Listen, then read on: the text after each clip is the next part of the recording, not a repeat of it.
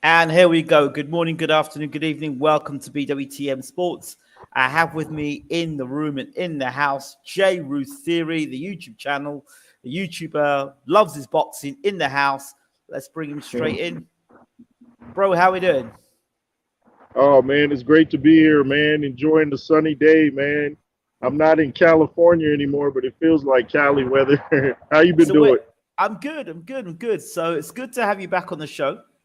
I appreciate that. No worries. You know, it's nice to have other people to sit and chat and talk boxing with. Yeah. So, like, how are you seeing things from your neck of the woods? Say it again. How are you seeing things from your neck of the woods? How are things going out here? No, I mean, in terms of how are you seeing this fight between Tyson Fury and DILLIAN Whyte? Yeah. Well, looking at the weigh-in and the press conference, Tyson Fury seems to be kind of acting out of character to me, like with all the kind of like the buddy stuff that AJ was doing with Andy Ruiz and Usyk, and I'm like, I'm not used to that Fury. I'm used to him, you know, being wild and talking crazy. So I'm not really liking that because it's like I said, it's out of character for him. I don't know if he's playing mind games with DILLIAN, or, you know, trying to soften DILLIAN up for a beating. But DILLIAN's even kind of being different. You know, I'm used to him talking crazy. So, and the weight loss of Fury too. I don't know if that's gonna. What did he weigh though? 264. I think 10 a pound, a stone. Is it a stone lighter than when he fought Wilder? Oh, okay. So it's not okay. So it shouldn't make that much of a difference. But I don't know. Both guys seem pretty subdued, or I don't know if the moment is overwhelming them and they're thinking of the 96,000 or however many people are going to be there. But when people start acting out of character, I kind of just wonder what's going on. I know Fury's talking about retirement, but I don't really think he's going to. But I still think Fury's going to beat him. I think Fury's like a future all-time great. DILLIAN's good, but I don't think we'll talk about him in the future like we do like George Foreman and, you know, those great fighters, Evander Holyfield. I don't think he's on that level. Could be wrong, but I don't think he is. How do you see it? Well, you can't bullshit a bullshitter. Let's start with that. You cannot bullshit a bullshitter. And right. Tyson Fury is a bullshitter. All right, you gotta understand that. He's a bullshitter. Right. Even he himself he's a bullshitter. And this is somebody that I've spoken to for donkey's years. All right. So you're talking to DILLIAN Whyte, right? So him and DILLIAN have been in camp together for months. Yeah. Let me take you back. When Joshua was gonna fight DILLIAN Whyte, DILLIAN said, "Be yourself. Be yourself. You're Femi. Be yourself. That's your name. Be yourself. I don't know what you're trying to be this role model and this guy for. You're a man from the street." You know what I mean? And so, so DILLIAN had to give him the reality check and say to Joshua, "You're not that guy. The guy that we're seeing around about Anthony Joshua now is that guy we're seeing now, Anthony Joshua. This is the real Anthony Joshua we're seeing, right? Not the PR guy." Right. So now let's come to 2022. We've got Tyson Fury. So really, what is Tyson going to say to DILLIAN Whyte that he ain't heard and seen before? And he ain't that kind of guy. He's not that kind of guy who's going to take and listen to what Tyson's got to say. Nah, DILLIAN's a different kettle of fish. This is a guy that got knocked out cold by Povetkin. People forget this. He got knocked out cold by Povetkin, right? Yeah. And people like to jump on that, but they don't talk about the fact that Lennox Lewis got knocked out by Hasim Rahman. They don't talk about the fact that Lennox Lewis got knocked out by Oliver McCall and didn't get up to win a fight. But the fact that Whyte got off the deck to beat Parker and Rivas. Yeah, Yeah. those Yeah, are that's two a good big point. things. So right, wind's getting a lot of wind. I'm hearing a lot of wind. What's Got a that? lot of wind, lots of wind. You can't hear me? No, lots of wind. We've got another one coming to the show in a minute. Hold on, B. Give us 1 minute. Okay. So no, that's B coming in. He'll be with us in a minute. So yeah, I'm saying that you can't bullshit a bullshitter in Dillian Whyte. You can't bullshit. You can't come to Dillian Whyte talking a whole heap of crap, doing a whole heap of stuff. For what? The fight's already been. First of all, the fight's been sold. So by the time Dillian Whyte's turned up, it's a case of just roll on the fight. So it's a unique situation. Tyson doesn't have to talk a whole load of crap. Dillian doesn't have to sit down and listen to a whole load of crap. It's like, yeah, whatever. Yeah, whatever with what you're going to do. I ain't interested. Let's fight. I'm here to fight. I'm not here to be a clown. So right. I really wouldn't read too.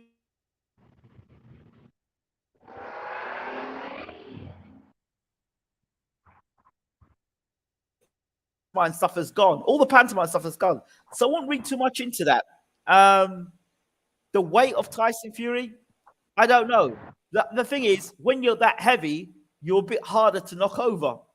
You're a bit lighter, you might be a bit more easier to knock over. So hold on, I'm going to bring B into the room as well. B, are you there? Oh, he's gone. All right. So keep going, J. Yeah. That's a good point you made. So yeah, maybe that's why Fury kind of changed his approach for this fight. I guess he figured, why waste the energy? Like, it's not going to get me anywhere. So that's a good point. I hadn't thought of that. And that was also a good point about Lewis and McCall and Lewis and Rockman as well. So I hope it is a good fight. I don't really want to see the 1 round Mike Tyson knockout. So yeah, that's how I see it, though, man. I mean, you made some good points. Cool. B Livity, good to see you in the room, bro. It's been a long time. Yeah, it's been a while, man. Glad to be on. Thanks for having me, man. How you doing? It's good. It's a big fight. It's when it's big fights like this, you got to bring people in. So B Livity, welcome. Jay Rooseri, welcome. B Livity. How you doing, man? Pretty good. Pleasure to meet you, man. Oh yeah, same here, man. So B, let people know where you're from. BWTM, currently in the DR. Been a writer, media journalist for the past 7-8 years with Hoop Jab. Wrote the articles for Boxing Scene, Rocky Mountain Boxing. Currently host a podcast with my boy Malachi Ben Yosef called the Final Bill. You can catch us on Fridays. So that's pretty much my claim to fame as far as this boxing thing, man. Shout out to my man Malachi, brother. I hope that you're doing well. So, what's your take on Fury versus Whyte? As far as the actual bout, I mean, I'm actually happy for Dillian Whyte. He's got the run around, even though some of it's been his fault at times, as far as getting his title shot. So I'm happy he's finally getting this chance to get in there for the WBC belt at that. It hasn't been as much buzz around it in the stateside as I was expecting, which is normal. I was surprised about the sellout. Well, not the sellout, but the actual capacity. Like, what are they at, 94,000 over there? 94,000. I wouldn't have expected that fight to do Wembley, personally. I know Tyson hasn't fought in the UK in a while, so that might have something to do with it. I'm just happy the fight's here. There was a lot of BS as far as Dillian Whyte not participating in the press and all that stuff prior, but I mean, I didn't think it was necessary. It was necessary. The fight sold itself.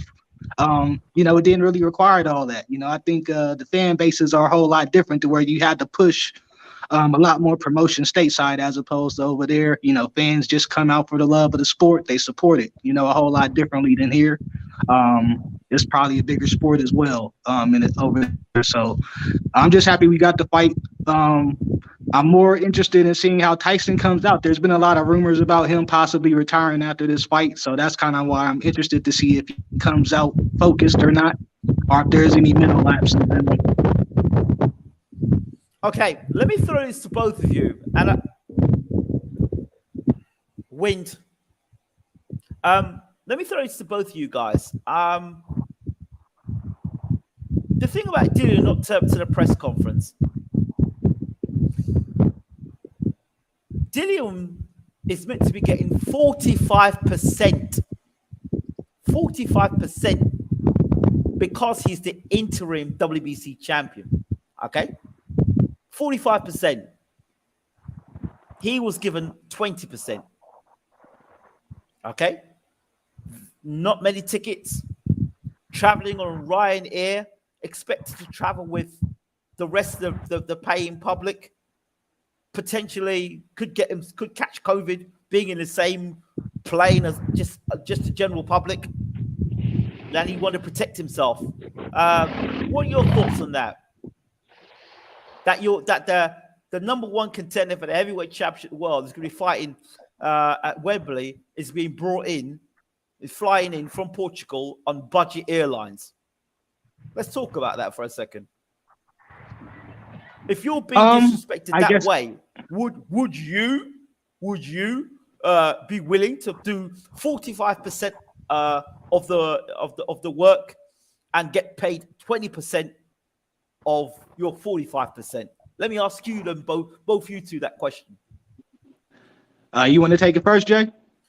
Oh no, go ahead, man. I want to hear your take on it. Okay. Actually, I was actually going to allude to that as far as it seems downright disrespectful. You know, like I said, it's already been sold out for weeks. They couldn't allocate some of that budget even to get him, you know, a flight from Portugal. So I could definitely understand Dillian's, I guess, reluctance to do anything as far as the press. You know, he's already gotten his money that he's going to get. I was surprised about the 80-20 ruling as well, considering he's the interim champ, and like that's just unheard of when it comes to these kind of fights, unless it's like a Manny Pacquiao or something like that. You know, it's just relatively unheard of to get that kind of split, especially with guys that bring, I guess, equal fan bases to the table here. Because you know, Tyson Fury didn't necessarily sell goods stateside other than Wilder.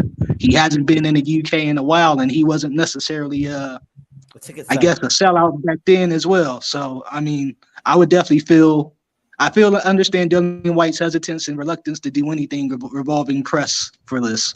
So I have no qualms about it. Okay, Jay. Yeah, man, it seems like Dillian usually gets the short end of the stick, you know, dealing with all the WBC stuff. And yeah, I think he's just a bit frustrated with how he's being treated. And that might actually make him more hungry in this fight. You know, he may try to go in there and rip Fury's head off just based off all the frustration he's had to face outside of the ring. But I think when you're at this level, you should definitely get paid for your work. You know, you shouldn't get shorted. So I'm just hoping he gets paid what he deserves. Ingrid, I got a question for you. Go ahead. Do you think it has anything to do with the lawsuit that he had brought up with the WBC as far as that agreed to percentage or whatever they, you know, denial of the appeal? Go. Say that again, please. Say that again. Okay, he had a lawsuit against the WBC. Yes. You think that had anything to do with the appeal or as far as the purse percentage that was given?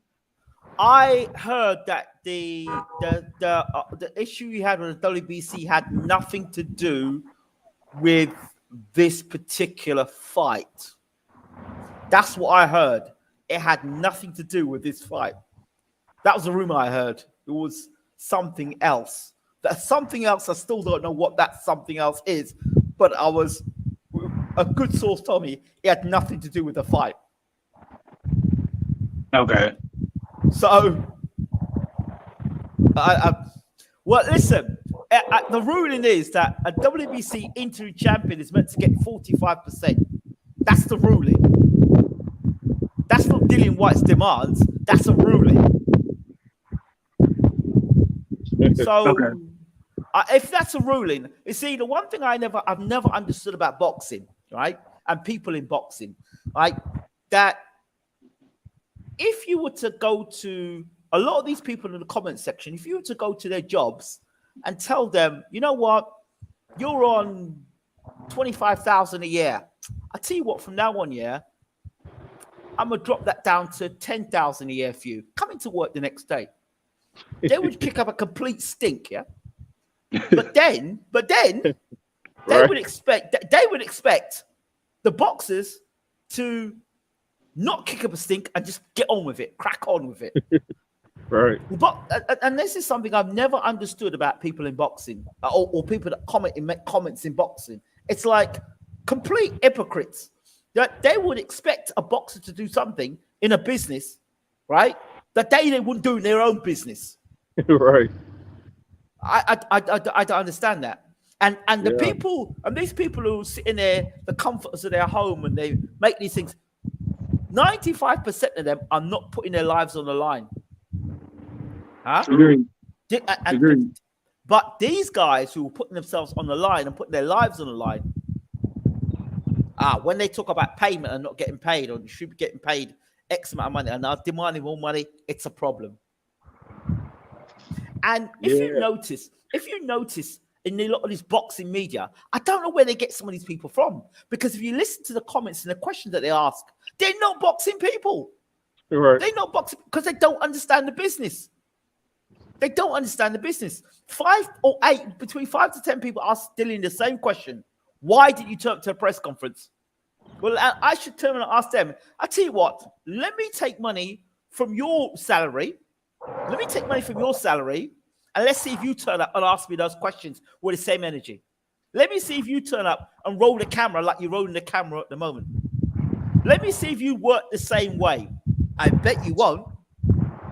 And for that, I lose a lot of respect for a lot of the people, because it's like, if you wouldn't want it for yourself, why would you want it for somebody else? Agreed. You understand? Yeah. I want to throw this out to both of you. A lot has been spoken about Sugar Hill and the Crunk style. I want to bring up a trainer by the name of Freddie Roach. Freddie Roach was very much vocal about all his fighters going for the knockout. We're going for the knockout. We're going for the knockout. We're going to knock this person out. We're going to knock that person out. And if you remember, there was a whole year with Freddie Roach fighters all getting knocked out. And that was because Freddie Roach was so insistent in telling everyone to go for the knockout and was so knockout hungry.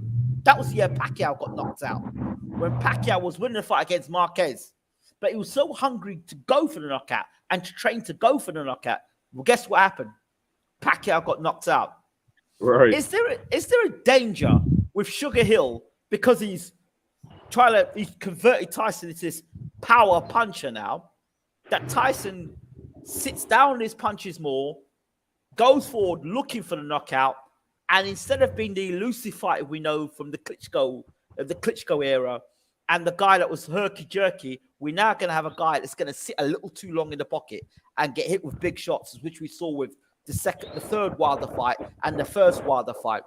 And would it not be more advisable for Fury to use the boxing skills that we know he does have? Both guys have a dig at it. Go ahead, Jay. Yeah. I think when you go for the knockout, you can open yourself up to get countered. But I think because of Fury's length and height, I think he can kind of get away with trying to do that. A lot of shorter fighters might not get away with that. But I think because, if he continues to use his jab while trying to knock somebody out, I think he'll be safe. But if he just starts winging shots, of course he can get caught. But, I think when guys weigh high weights like 250 and 260, I think you might as well go for the knockout and use your weight, or else it becomes a disadvantage. So there's no reason to carry 264 if you're going to bounce around and move around. That's just going to waste your energy. So I think Fury can get away with a lot of things, like I said, because of his height and his length. But, what do you guys think? There's a lot of interference from your phone, a lot of wind. Oh, I'm sorry. It's your wind. Okay. How much? Could you? Yeah. Let me see if I change. Yeah. Can you hear me better now? It's just the wind that's blowing. Okay. So if you go opposite direction of the wind blowing, you should be okay. Okay. All right. B, your thoughts?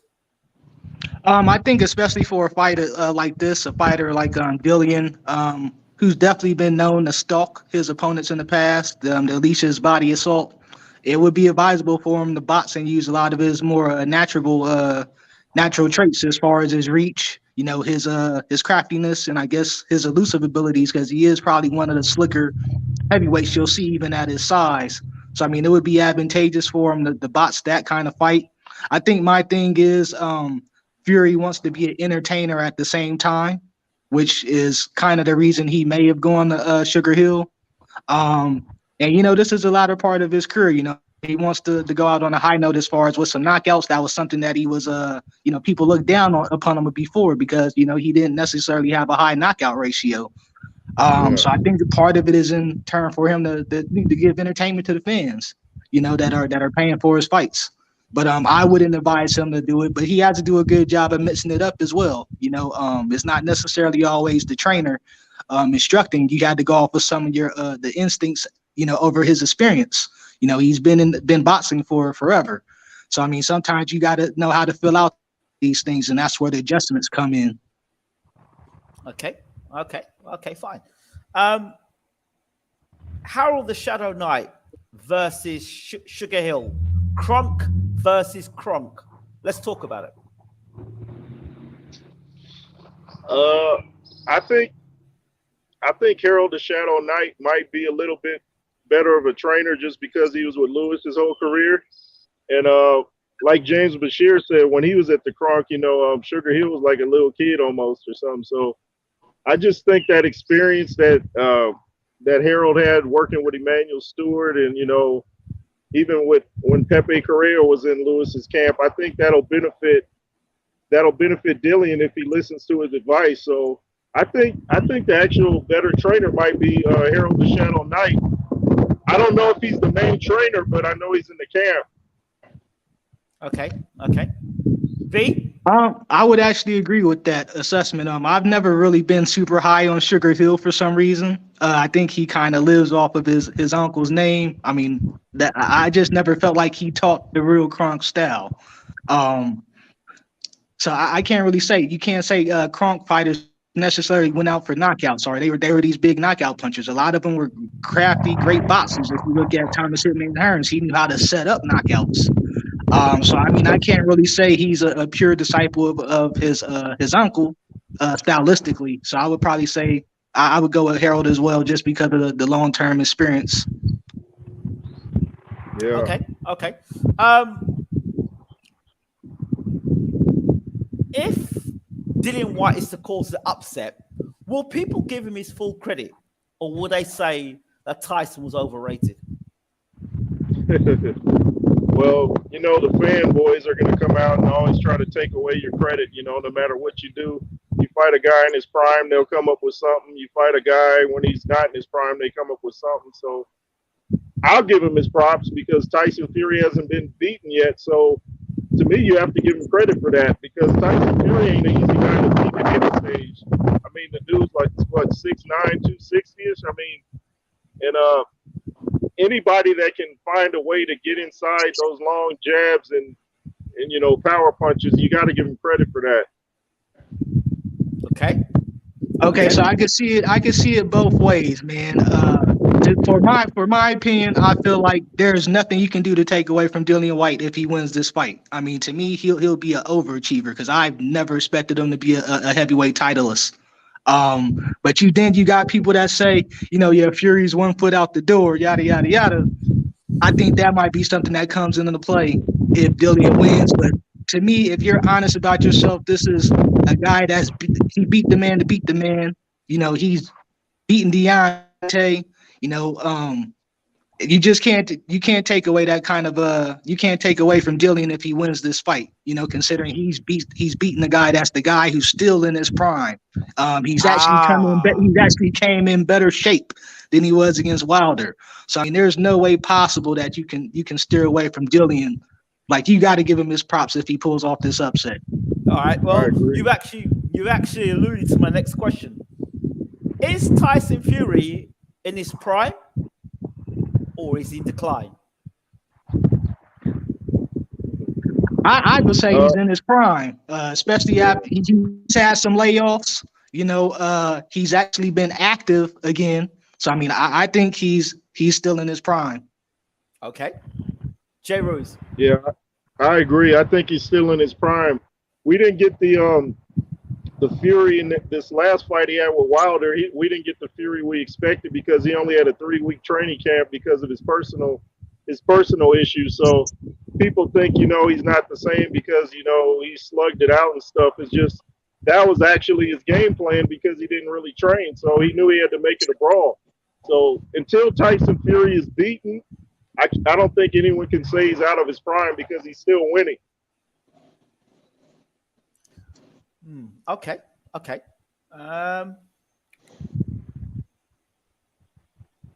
Tyson beat Deontay Wilder. Deontay Wilder, Right. before he got beat by Tyson Fury, he was a windmiller. This is not my words. He was a windmiller.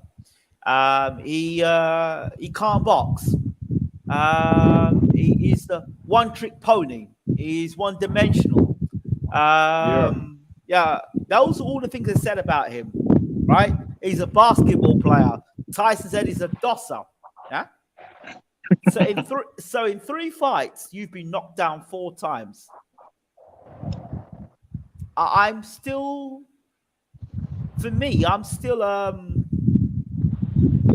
like, if you say these things about a guy, and then you're having to get off the canvas to beat him, does not say that guy is a lot better than advertised, or you're not as good as you say you are, you claim to be.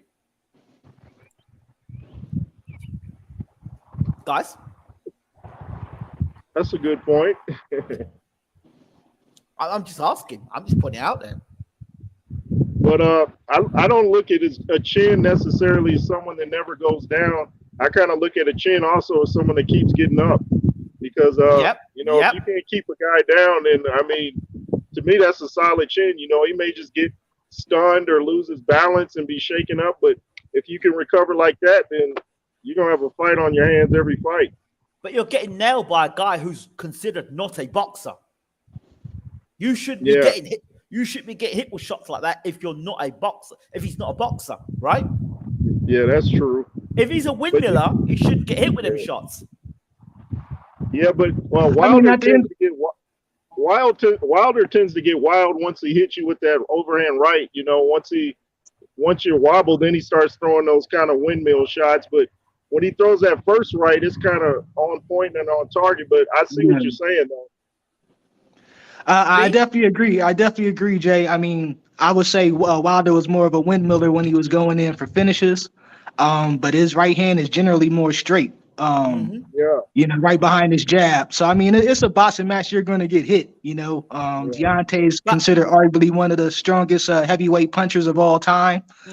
So I mean, you get hit with anything, especially in that weight class, you can go down. But Jay was saying, the resiliency to get up. Recovery is more the interesting thing. Okay, right. But let me come back to that again to you now. Now we're talking about Tyson's technical ability, about he doesn't get hit, he's defensively solid, or he's this, he's that, but you've been knocked down. The punch, if you look at the punch that knocked him down, the one that Wilder actually he lined him up for was a right hand. Tyson didn't see it coming. The jab was there, and he got hit with a straight right hand. He didn't see it coming. And Wilder was positioning himself to land that shot. And for me, that shot that he hit Fury with is a shot that Fury doesn't. It's a right hand that Fury doesn't seem to see. He doesn't seem to see certain punches. The right hand, he got clipped with a similar right hand against Cunningham. Again, he did it. That's the reason why he turned Southpaw against Chisora to take that right hand away. He does. It's like a blind side of him, that right hand. Yeah, I mean, I think every fighter has some kind of weakness as far as a punch they're susceptible to. I mean, you look at DILLIAN, has been the uppercut that's put him down Yeah. in many fights. I want to say just speak on Deontay's right hand because I want to make a reference to another fight to where he kind of threw it in a similar fashion. The second Luis Ortiz fight. Yeah, you couldn't see it coming. It was so short you couldn't see it coming. You know, and that's one of the things, that's technique right there. So that's something Deontay should be given credit for, to be able to throw it that short. So how good is Deontay Wilder then? He's better than people give him credit for. You don't win 40 fights to knock out that many people. You don't win that many fights without reason. So you know where I'm going with this now. So Dillian Whyte, according to people, he's got bad footwork. Yeah. He got chinned by Povetkin, but Povetkin is not Tyson Fury. They're two different heights and two different fighting styles. And I gave the example as before. Lennox Lewis fought Ray Mercer, couldn't drop him once, didn't look close to dropping him. Evander Holyfield fought the same guy and dropped him. Holyfield went X amount of rounds of Lennox Lewis, didn't look close to getting dropped. But yet, little old James Toney drops and stops Evander Holyfield. Huh? Yeah. I'm just giving comparisons. So some people say because he got chinned by Povetkin. Yeah, he got chinned by Povetkin, but he also got back and he knocked Povetkin out. Yeah. Lennox Lewis got chinned by Rackman, but he came back and he chinned Rackman afterwards. So this thing about Dillian Whyte being chinned by Povetkin, he got chinned by a top fighter. He didn't get chinned by just a bum. He got chinned by a good fighter, and he was always a danger. And the uppercut he got hit with, I don't know how many heavyweights in the world would have taken that uppercut. Yeah, but go ahead. Go ahead. Oh no, I was just gonna say, I think that last win Dillian had against Povetkin, I looked at that more of a thing like Povetkin wasn't there. I could look at his legs when he's walking to the ring. I said he's not right. So I wasn't really impressed by that win because it was more of a case of Povetkin's legs kind of not being there. And I keep telling people Dillian's legs his legs aren't what they used to be. I see his legs do little odd things when he gets clipped with shots that don't look that strong. I've noticed that his last couple fights. So I think that's just his weak point. I think if Fury can land that uppercut, I think he won't get up. I tell you something. Something I did mention about Dillian Whyte, back to back pay-per-views. Yeah, you remember that run he had, and he was the most active heavyweight. And at that time, he was fighting all the guys that were in and around the top 10 or top 15. He was more active than any other heavyweight. Yeah. And fighting more regular and on more pay-per-views than any other heavyweight. So if you're doing back-to-back fights, surely that's going to have an effect on you. Parker, Rivas. Was Parker, Rivas, Brown, Helenius? That's true, but look at the fighters from like Mike Tyson's era. They would have like 20 fights a year, and they were okay. Yeah. But I would also argue with you that they're probably better conditioned than they are today. Right. And they weren't as big back then, so maybe that has something to do with it. Maybe nowadays are fighting huge guys. Maybe all these things are factors. How much has Tyson Fury got left? Could you repeat the question? I didn't hear the question. How much has Tyson Fury got left from the 3 Wilder fights? I say he probably has a good solid 3 more fights after this one, if he wants to take them. I mean, I'm talking big cash out fights, not just stay busy stuff. I would hope he just go after the biggest fights available. If he wins this one, he shouldn't have a mandatory for at least another year. So there's no reason for him not to fight in a unification bout, at least one unification bout, and possibly, the good old UK rivalry between him and Anthony Joshua. That's got to be one of them, whether either one is holding a belt or not. You still got to do that for the country. It took Amir Khan and Kell Brook forever to do it, and it still managed to do well, even way past his due date. So, Tyson's got to take at least those 2 fights, and I think he has enough in the tank to do it. Okay. Yeah, me too. So you don't think, you don't think that the fights with Wilder have taken something off of, particularly the last one with Wilder, has not had a damaging effect? I definitely think those fights took a lot out of him. And depending on what kind of fight he has today against DILLIAN, who's known as the body snatcher, if it's a rough physical fight, that could ultimately deter what I just said, But I think at this moment, that's why I say 2 to 3 fights isn't bad. He has some wear and tear from those Wilder fights, I think. But I don't think it's one of those things where he can have an effective career for another year or 2. Okay. Tyson Fury boxing as a southpaw. People say that's the way he's got to fight DILLIAN because DILLIAN's never fought a southpaw before. Jay Roos, your thoughts? I think it's going to be a matter of who adapts. So I wouldn't say Tyson Fury has to fight like a southpaw. I think he has to do whatever he feels best at. I wouldn't try to do something that I'm not really accustomed to doing. I would just feel him out. And if DILLIAN comes in doing something different, I would adapt. And, I might switch up, but I definitely wouldn't fight the whole fight of southpaw. I don't, not unless he's real comfortable with it, Yeah, he has boxed southpaw. He's boxed the whole fight as southpaw. He can box southpaw and orthodox, Tyson.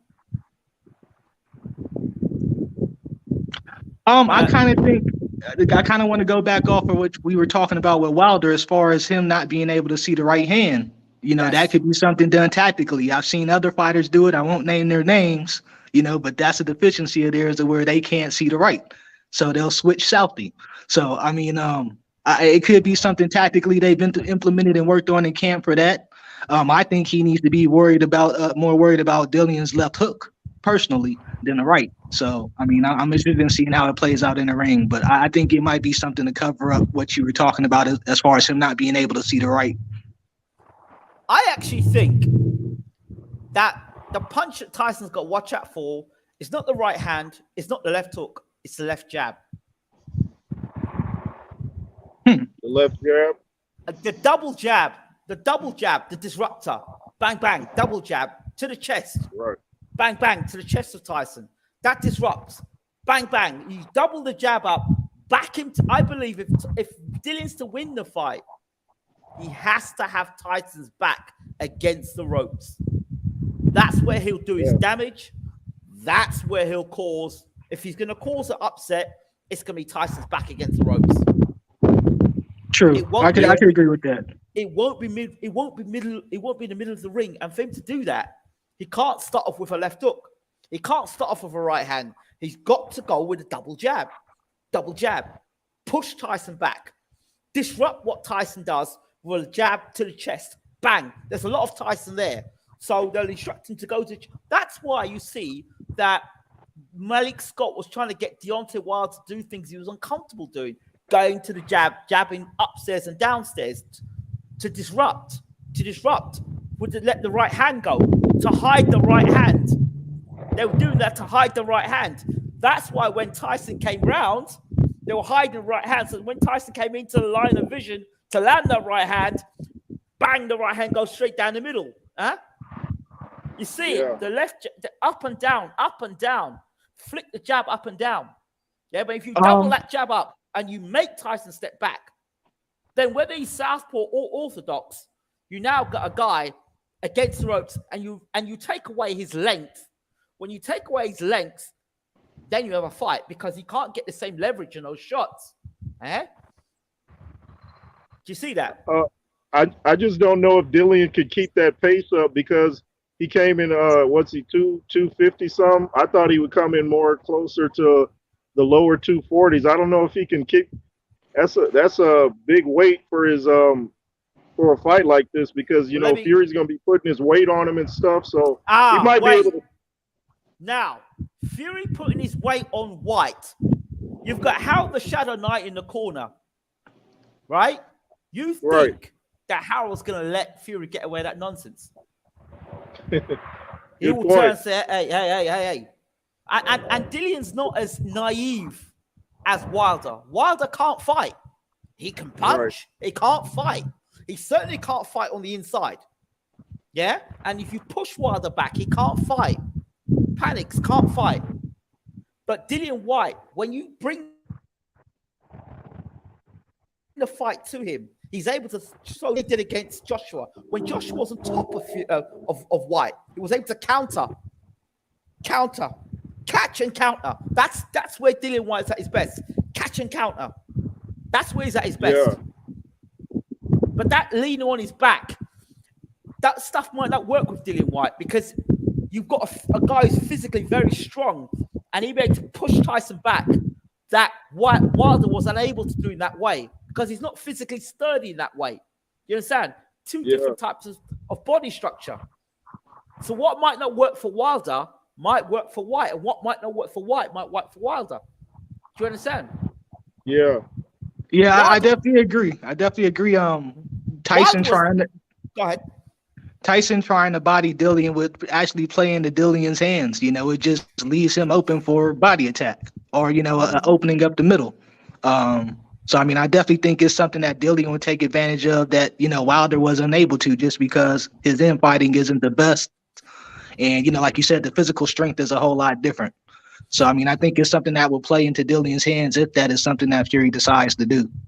There's almost a blueprint or a history within boxing that before a guy actually gets defeated, you get a glimmer, or you get a hint or an idea of what you need to do to beat them before they actually get beat. And I've seen this in so many different, I'm not saying that Dillian Whyte wins the fight, but I've seen it in so many different fights where a guy is unbeaten and he's doing well. And then he has that one fight where he doesn't look as good and they say he's been exposed, but you can see where his weaknesses are.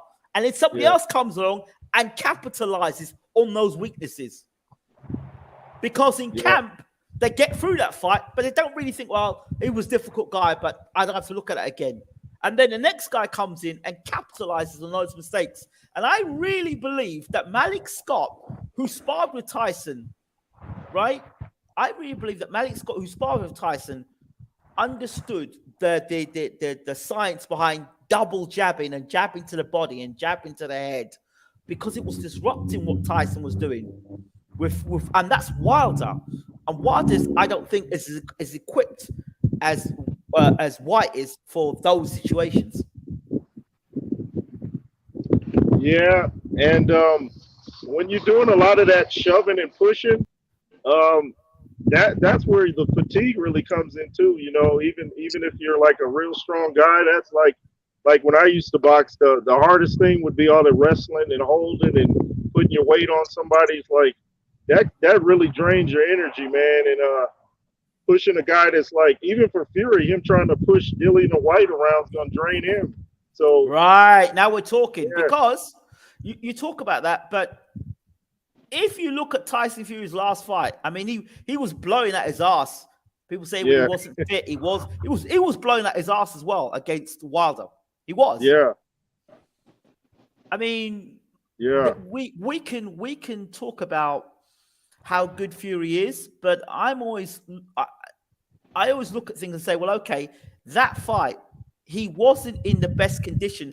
How much damage did it cause him because he wasn't in the best condition and taking the shots that he did and being in the fight that he was in? How much damage? This is a guy as well who didn't really treat his body, hasn't been treating his body right. Only of recent times as he got his act together. That's a good point. I wonder, and can Fury do what he did against Klitschko all those years ago and move? Has he got that maneuver? Can he move anymore? Since the Wilder fights, can he move the same way?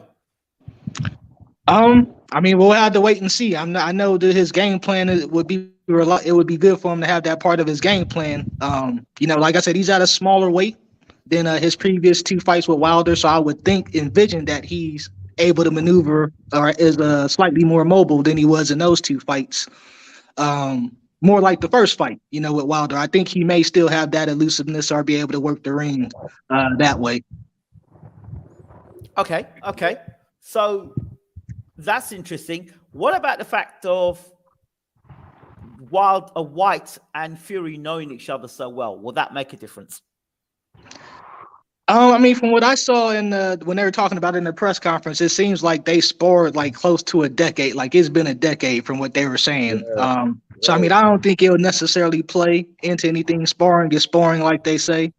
I don't necessarily think that will come into play in this fight. You know, both fighters have grown tremendously since then, you know, stylistically and, you know, technique wise. So I wouldn't say that would come into play in this fight.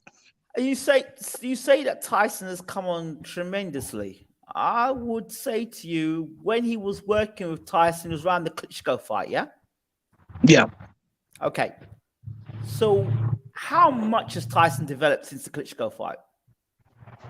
I mean, the Klitschko fight was no masterclass. I mean, he did what he did. He pickpocketed Klitschko because Banks was asleep in the corner. At no point in time did Banks slap Klitschko around his head and said, let's have this. And that's taken away from Tyson Fury now, please. He did what he had to do to win the fight. And I backed Tyson to win the fight that night as well. I think he's grown because, you know, previously, like, I think my first fight actually seeing Tyson was against Cunningham.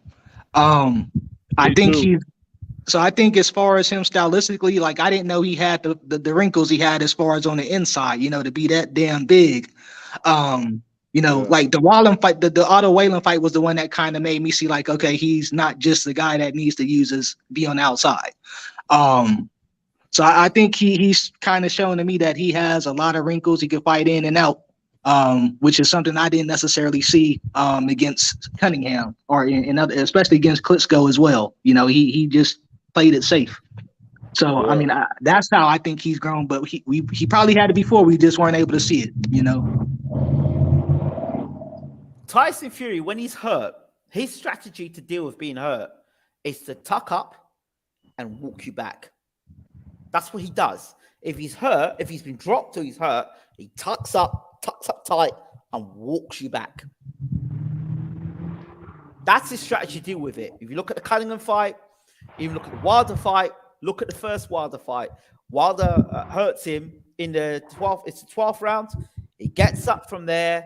He walks Wilder back. That's Tyson's instinct. That's what he will do. He'll tuck up. He'll push you back. If he gets hurt by DILLIAN Whyte, he'll tuck up. He'll walk him back, or he'll try to walk him back. Whether he can do that against a guy that physically big and strong, he did it against Wilder and he did it against Cunningham. Those are two guys that are smaller and lighter. Can he do the same thing against DILLIAN? Go ahead. When Wilder hurt him, I thought first thing he should do is clinch. I think when your legs are gone that bad, I mean, just to cover up like that, you're really risking getting knocked out and knocked down because your legs aren't underneath you. So to me, anytime you're hurt, you should clinch until the referee just comes in and stops it. So I don't like that strategy. If he does that against DILLIAN, he might get hurt because DILLIAN will keep attacking his body and coming up with an uppercut. So I don't really like that strategy when fighters get hurt. Yeah, I mean, I definitely agree with you. A lot of fighters need to learn to clinch when they're hurt. Even my boy Errol Spence, you know, I think it's something he doesn't utilize. I agree. There's a lot of fighters that do not clinch when they're hurt. I don't know why they don't think of it. Well, I mean, of course they're on noodles, but you know, it should be first reaction is the clinch as opposed to what we see a lot of guys doing when they're hurt these days. Yeah. I'm also surprised that nobody's talking about the overhand right. People are talking about the left hook, but the overhand right, again, if Fury's back is against the ropes, I'd be more likely to throw the overhand right and then maybe come over top of a left hook. I'd set that left hook up. I wouldn't go pinging for a left hook. I'd set the left hook up, overhand right, come back with a left hook.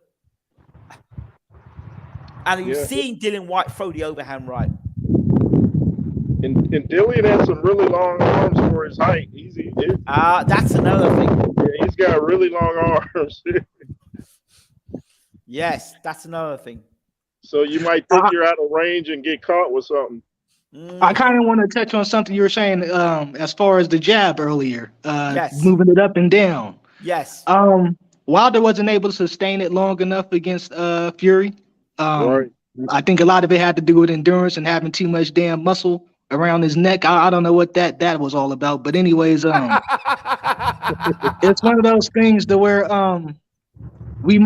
we would be able to see, will we see Fury adjust to it, come over the top with it, when he's doing the up and down jab, he might be able to adjust and come over the top with something, over with the right or something, come back with a straight right over the top. So that's one of those things I'll be looking out for in this fight. If Dillian Whyte actually does try to use, like you said, certain parts that were effective against Fury in the past, I would kind of hope people look more at the Otto Whalen fight. He's probably had the most long-term success as far as winning rounds against Fury that we have seen. So I mean, I wonder what was actually used in coming up with a game plan. If I was a trainer, I would look at the Whalen fight. Tyson is really uncomfortable in that fight. Now we're talking. Like I said to you before, fights that there's always footprints left behind. Always bits of pieces for people to start putting together before you actually beat the fighter. The bits you can and the Wallin fight was one thing, and now as well I go back to that Wilder fight, the jab, the up and down jab disrupting Tyson Fury. And remember, again, Whyte's been working with Howard the Shadow Knight and Xavier Miller for more than just one fight. They've been working together a while now. And let's not forget what Tibbs did with Mark Tibbs. He did a tremendous job with Dillian Whyte, bringing him in and working with him. He did a lot of good work with him, Mark Tibbs. He turned Dillian Whyte from being an out-and-out brawler and a slugger into a box puncher or puncher boxer. Right.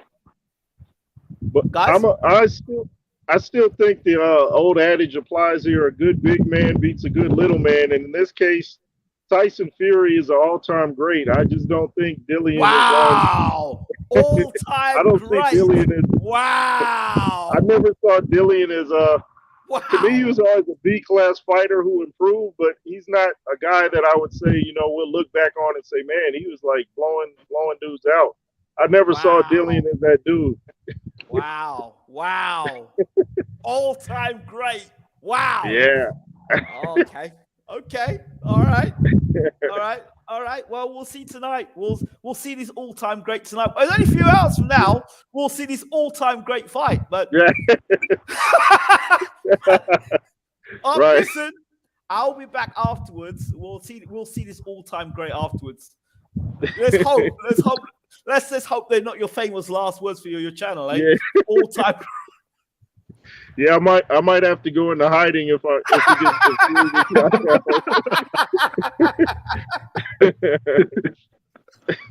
get Well, all-time great. I mean, I'm listening.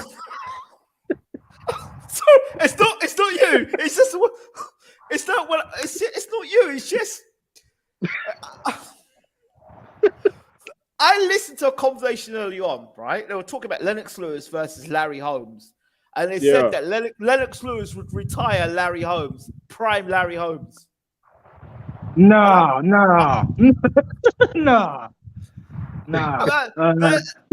Larry's jab was too damn good. Lennox wouldn't have got past the jab, in my opinion. And he would have got hurt with something else if he tried to. Oh. Yeah. Go ahead. Yeah. I think Lennox would have knocked Larry cold, man. I don't know. I'm not sure. I think Larry Holmes would have. Listen, Lennox Lewis was struggling with a jab against Frank Bruno. That's true. And I think Larry Holmes' jab's a bit better than Frank Probably Bruno. one of the best jabs ever. Of all time. Yeah. I don't think Lennox gets past the jab. That's my honest opinion. Lennox Lewis had like one of the best rights of all time. So how would Larry respond to that overhand right? just like he did. He'd suck it up like he did against Ernie Shavers. And get off the deck and then beat Ernie Shavers. Let me see Lennox. Let me see Lennox Lewis get hit by Ernie Shavers. Yeah, Ernie Shavers was a monster. There we go. We were talking now, but yeah. Anyway, it's like Tyson Fury. He's got the two. I mean, he's had two great.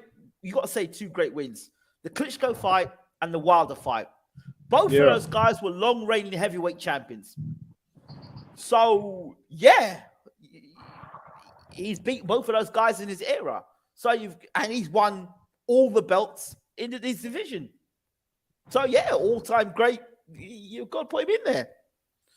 He told me he was the greatest fighter of his era, and I agree with him on that. Yeah, you have to. You have to. Especially if he cleans them out. You know, Usyk and AJ, there's no dispute. You know, that will put him even higher in all time. You know, but I come back to ask you this question again. If Dillian Whyte beats Fury, does Dillian Whyte become an all-time great? It takes more than one victory. Nah, it takes more than one victory. It takes more than one. It takes more than one. Wait, he goes out there, he goes bam, bam, and Fury's out cold, laid out. Wilder couldn't do it. And Fury's out on the canvas, out. His dad John's running across the ring. My son, my son, my son. Like Rocky style. Huh? What would you all say now? Just throwing it out there. Dillian Whyte, WBC heavyweight champion of the world. I would have to say definitely in the discussion. What's that? I'd be shocked. But I mean, like I said, I've never. Jay Roos kind of agreed. He said he never thought much highly of Dillian Whyte. I've been one of those guys as well. So I mean, I feel like he'd just be an overachiever. I've never expected him to win a title bout, so I'd be shocked, man. I really would. The heavyweight landscape for how many years? Who would have thought that Burt Cooper almost knocked out Evander Holyfield? Who would have thought that Francois Botha would have been a heavyweight champion of the world? George Foreman would come back and knock out Michael Moorer. Their upsets. Oliver McCall knock out Lennox Lewis. Hasim Rahman knock out Lennox Lewis. I mean, you put these fights to pay. These guys should not have been anywhere near Lennox Lewis. And I use Lennox Lewis because he was considered the man. Yeah. You know?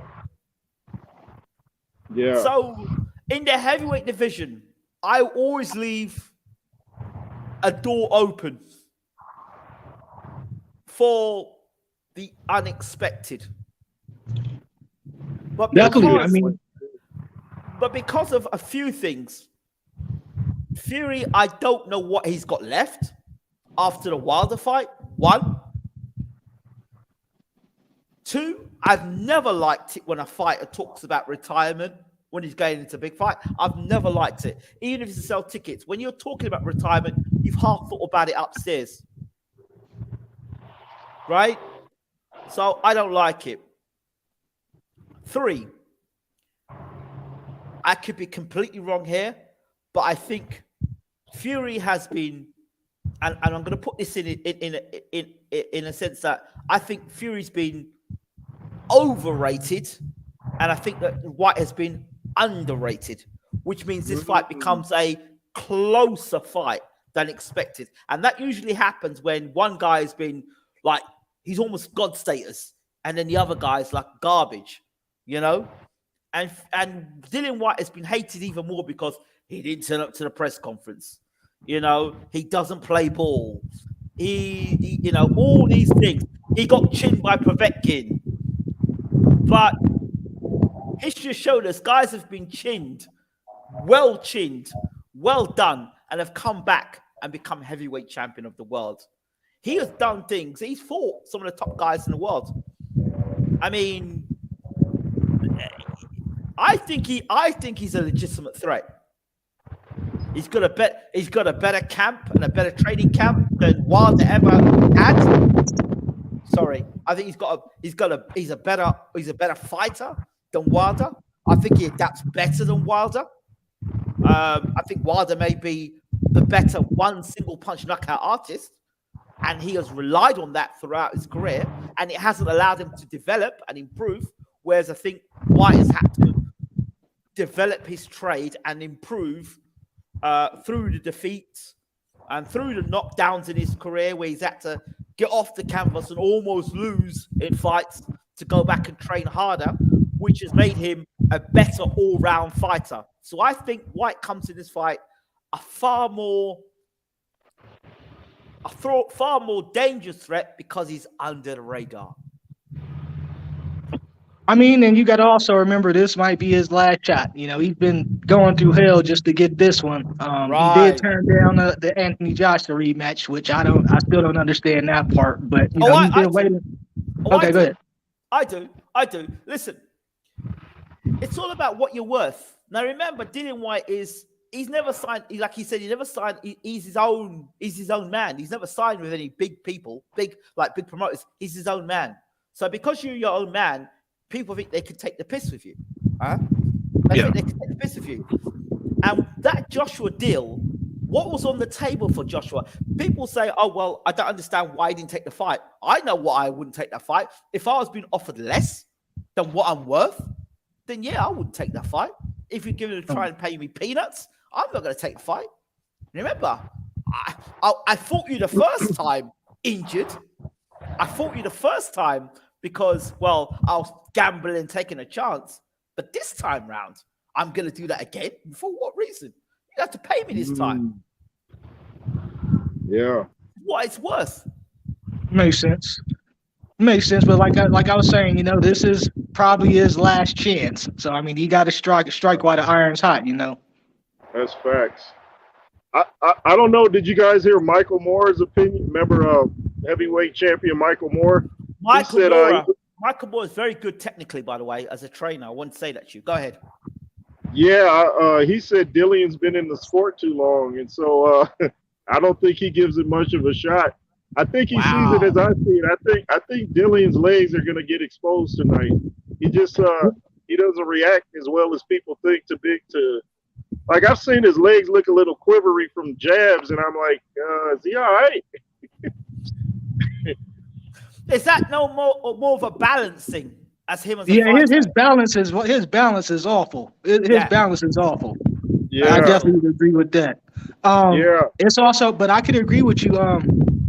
We talk about Tyson might have too many miles, or you know, does he still have it in him? Dillian's no spring chicken either. You know, he's got a lot of miles on him, especially, you know, kickboxing background. He's been the more active of the fighters. He's probably been in more wars. You know, if you look at Chisora. So I mean, I think he's a lot more battle tested, you know, as far as you know, both fighters. So he might have just as much wear on him as Tyson does. But he's had a good time to rest as well. He's had a good rest. Yeah. So that might help as well. When's the last time Dillian fought? The second. When was it? The second Povetkin fight. Yeah, second Povetkin fight. Yeah, right. So he had the first. Yeah, he had the first Povetkin fight. That was back to back as well. He lost to Povetkin, and he came back and beat Povetkin. Yeah, in a short night. So I mean, you can say Tyson took more damage for wear in their most recent bouts, if we want to go off of that. You know, but both fighters are well rested, and this is probably one of the longest training camps Fury has had in a while. You know, they talk about 12 weeks that they went into preparation for this. So, why does he need 12 weeks if you know, Dillian Whyte's such a bum, like he's been saying? Why does he need 12 weeks? I mean, some of it might come down to the conditioning. I don't know how much he blows up in between fights. According to Fury himself, you know, he doesn't need that. He doesn't need it. He could just 10 fights, 20 fights. Remember, go ahead. Tyson Fury trains for his mental health as well. You know, he says he'll get depressed and start drinking again if he's not training. Okay, so how's he gonna ultimately just retire like that and say he doesn't want to showbiz life no more? He don't want to be a celebrity no more. He's gonna come off of Twitter. He's gonna come off of this. He's gonna come off of that. But yeah, how's that gonna work out?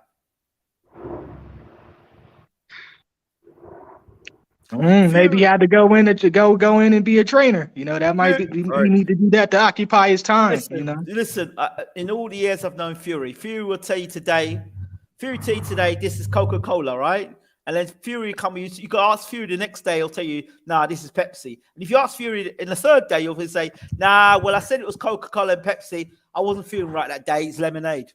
If you listen to Fury, you lose your head. I wouldn't pay attention to anything Fury says. I don't pay attention to anything he says. I think with Wilder, he just kind of knew what Wilder's limitation. I push this guy back. He ain't going to fight back. I don't have to worry that much about too many counters when I push this guy back. I got him.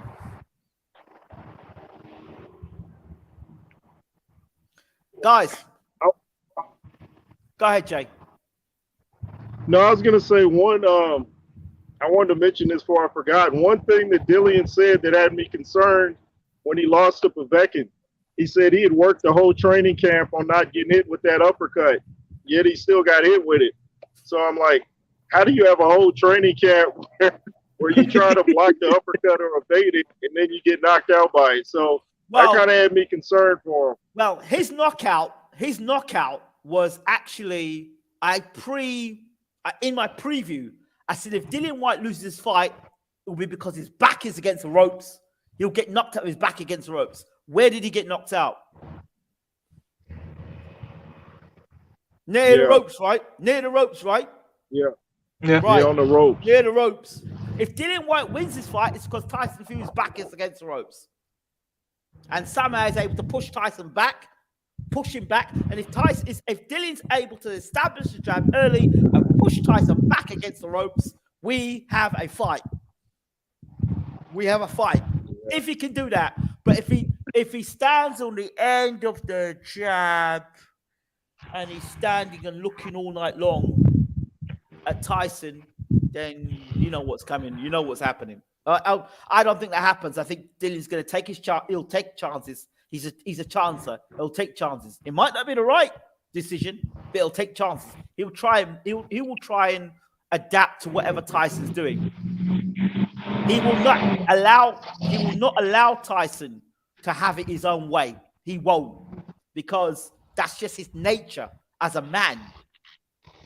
The way he thinks, the way he talks is the way he fights. So he's going to be no nonsense. He's not going to give Tyson any amount of respect or stuff like that. He's going to come out and give it to Tyson. That's what I feel he'll try and do. He won't allow Tyson to take the piss. He won't allow Tyson to do the stuff that he normally gets away with doing. Yeah, I mean, I agree. You definitely had to take away his size and reach advantage. So, I mean, he definitely will do better, on the inside. He has a better chance as opposed to letting Tyson do his thing on the outside and controlling the outside of the ring.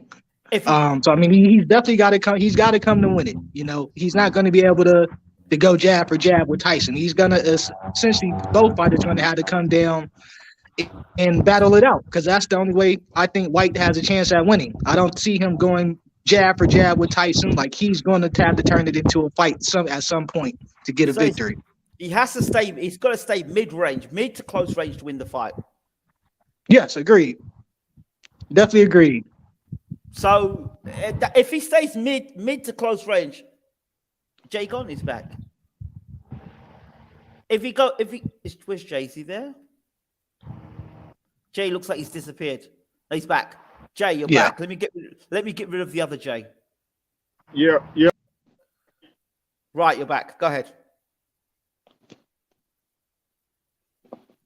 Jay. I think he's muted. He's muted.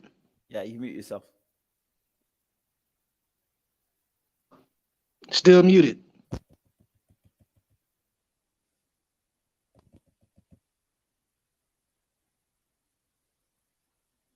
All right, you good. Where's the sound? Turn your volume up.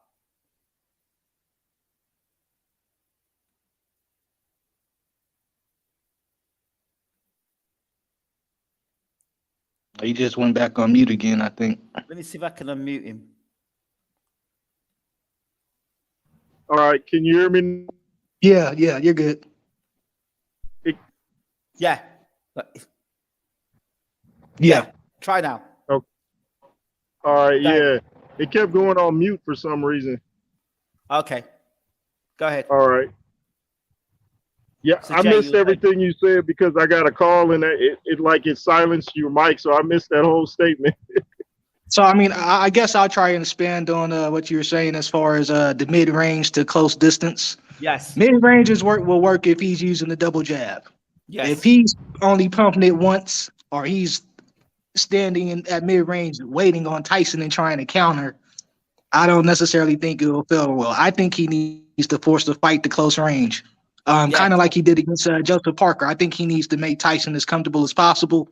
Dillian is a lot stronger top wise than Deontay was, and plus being a shorter fighter, I mean, you just got to think about leverage. So I mean, I think that plays into his hands if he makes it a brawl. Like I said, I only like it mid range if he's using a double jab, like you say, and that's just to get inside. You know, he's coming inside once he throws that jab to the body. Mm-hmm. So I definitely could see that happening, but that would probably be best strategy. I just don't think him standing mid range, pumping one jab, or waiting on Tyson to counter. I don't think it would bode well. Yeah, that makes sense. Jay, what do you think then? About how Dillian should fight Fury? Yeah. Yeah, I think he's got to go in there and definitely use strategic. He can't just come in reckless, you know, especially because Fury's so long. He's got to make it. He's got to kind of box and punch. I think, you know, you can't do too much. You can't do too much boxing. Can't do too much punching. I think he's got to do a combination of both. And he's got to be careful if Tyson Fury has a lot of feints. You know, that's what throws a lot of these heavyweights off because they're not used to seeing a guy that big do feints. So he's just got to fill Tyson Fury out and adapt. If his game plan's not working, he's got to change it. He can't just say, well, this is what we plan to do, and even if it don't work, I'm going to stick with it. He's got to be able to make adjustments. So just box and punch and, you know, fill him out as it goes, but don't do too much of one thing, in my opinion. Mm-hmm. Absolutely. Got to mix it up. I think if Whyte can stay mid to close range, that's where he's going to do most success, and he's safer there. Yeah. He's safer there. And the uppercut for Fury, if Fury tries the uppercut, he's liable to get nailed with the overhand right if he tries the uppercut. This is not Povetkin. So that uppercut should not be open. That uppercut should not be open for Tyson Fury like that. As the uppercut comes, the overhand right slung over the top. That should be a dangerous punch for Fury to throw. Right. But the right hand timing Whyte coming in, I see that as timing him, hiding the jab, hiding the right hand, timing him, as Whyte comes in, ping him with the right hand. And as he brings him close and holds his head, then whip the uppercut inside. That's okay. Right. Once you've got his head, then you hit with the uppercut. But if you start throwing uppercuts from this way out, you leave all this open, and you get nailed with one over the top. Yeah, I mean, we don't want to see Tyson uppercut himself again. We don't want to see it. Absolutely don't want to see that. Don't want to see that. Yeah. So, guys, final thoughts. How do you see the fight play now? Let's say the first 3 rounds. B, how do you see the first 3 rounds playing out?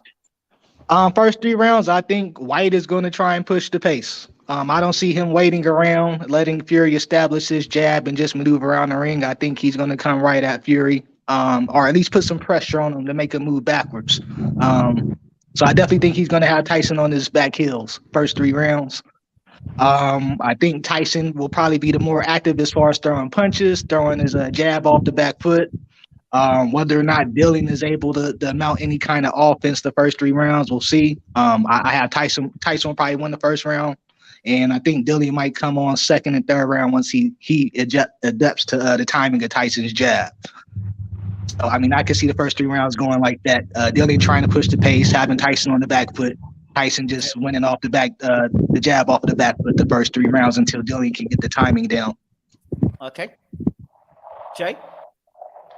Yeah, I think both guys will come out in the first round kind of trying to feel each other out. And I think by either the second or third round, I think that's when both guys step it up. I know Tyson Fury said he's not looking for this to go very long. So I'm gonna take him at his word, and I'm gonna say Fury in 5. Okay. I three things. Like, first of all, I think that Fury's going to come and try and knock Dillian Whyte out because he believes he's a puncher, or his trainer believes he's a puncher. I think he's going to walk. I think Dillian's going to meet him in the center of the ring. I think he's going to find Tyson's going to find a jab that's going to disrupt the work he does. I think there's going to be a knockdown early in this fight. And I also think that Dillian Whyte will be hugely underestimated in this fight, which could cause Tyson a lot of technical problems. That's what I think. I don't think Tyson is as good as people have advertised him to be. And I don't think Dillian Whyte is as bad as people have advertised him to be, right? I think it's somewhere in the middle. And I think this fight's a lot closer than what people are giving it credit for. And I really do feel that it's going to be the jab that's going to be the key for Dillian Whyte. You got a final. I think you got a final decision as far as who you're going with as victory prediction. You can't leave it all on us. This is your show, Ingram. Yeah. Tyson Fury is the proven champion. But then along the way, Dillian Whyte has proven his own championship ability to get beat, to come back, and to win as well. As I said, I think this fight is closer than people give it credit for. I think that Tyson is the better skilled heavyweight. But I think the 3 fights he's had, I think the meeting with him and Sugar Hill for the Wilder fights may have worked well. But I think now they're trying to make Fury into being this puncher. And with that, I think Fury will stand in the pocket a bit longer than he should. And I think this is where he may get nailed. Because I don't think Fury's the same fighter that he was when he was fighting with Klitschko. It was about hit and not get hit with Fury. That Fury. He was herky-jerky. It was a lot of movement. A lot of that stuff was going with Fury. I don't see a lot of that anymore with Fury. I see a guy that just bundles forward and thinks he's a puncher now because of what he did against Wilder. I think now that against Dillian Whyte, he's going to come out Southpaw. I think he'll come out and box Southpaw. And I think that I'm going to go 55-45 in favor of Fury. But I'm going strongly for Whyte for the knockout and Fury to win on point. Okay, interesting. I'll go with Fury 8-4 UD. I don't think he'll knock out Dillian Whyte. I don't think he's the power puncher that he thinks he's become, even being with Sugar Hill. I just don't think that's him. So I go with the UD Tyson, about 8-4, 8 rounds to 4. I also think that Dillian's going to time him with shots as well. If Fury's repetitive in this fight, or his back touches the rope, if his back is against the ropes in this fight, if Dillian has a lot of success with his back against the ropes, I'm backing Dillian for the knockout. If he's got Tyson's back against the ropes, because that's not where Tyson should be. And if Dillian Whyte is to get knocked out, I think it's because his back is against the ropes. That's what I think. I don't think this fight is won in the center of the ring. I think it's won either man forced against the ropes. Yeah? Guys, anything else you'd like to add? Nah, I just I haven't looked forward to a big heavyweight fight like this in a while. I think last one was Joshua Usyk, so I'm not sure if that rematch is in July, but I'm really looking forward to this fight. Very quickly, I heard a rumor that Alexander Usyk is injured. I heard he got injured in Ukraine. So Yeah, I think heard, I saw that on Twitter as well, but I didn't necessarily trust the source that it came from. It was just a random tweet, so I don't know. I'd probably have to do some more looking at it, but I did see it on Twitter earlier. I wouldn't be surprised. Yeah, somebody's mentioned about Dillian Whyte's footwork, but let me tell you something. If Tyson Fury's back is against the ropes, footwork's not going to matter. Handwork, not footwork. If Tyson Fury's back, I mean, against as the ropes, long as he's not squared up. yeah. Absolutely. Guys, thank you so much. So, B, where can we see you? You catch me on The Final Bell with my partner Malachi Ben Yosef. We do our show every Friday. And I'll probably get back to doing some more writing. I just been a little lazy. Jay, where can we see you? ROOS Theory, my backup channels, and WJ. And thanks for watching. Thanks, Ingram, for having me. I love chopping it up with you. And thanks again, man. Before you both guys go, I'd like to ask you a question. Would you like to do a post-fight show? Yeah, I'm with it. I'm down. What? I didn't hear you.